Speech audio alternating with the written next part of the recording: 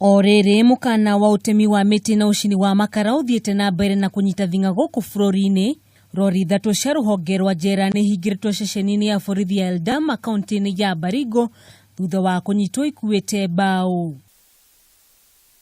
Undu uyu ukite thutha wa rori ya borithi cia wathani wa matura kunyitikana ikuite makara nguni 120 mwena wa gicua-ini kiumia kihituku.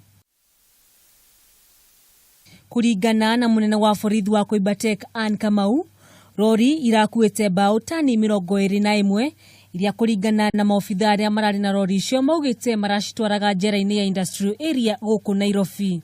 There were 3 lorries from the prison department which were loading timber at Metipso. Immediately I informed the DCIO and we headed to the scene. But just before we arrived, I received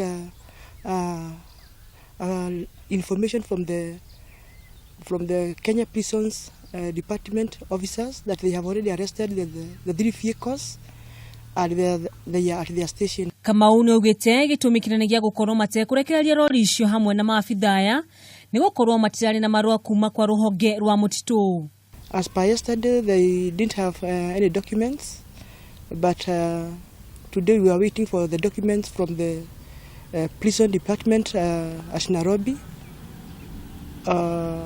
so that we can verify whether the exercise was illegal. Matereba a rori ici ni mararekeirio kuona marari na marua mao ma wira no uthuthuria no urathie na mbere. We didn't arrest them because we are still investigating and waiting for the documents. Na kuo mwena wa Mugotio ngari imwe muthemba wa Probox ni ranyitirwo ikuite makara. Jigwa nere mato na didekwa nere maguru. Ona thutha wa thirikari gukore rutete mukana kuri aria amarana ngamiti aingĩ nĩ metwĩte mbura matũ kũrĩa marathi na mbere na gũtwarithia biacara ici.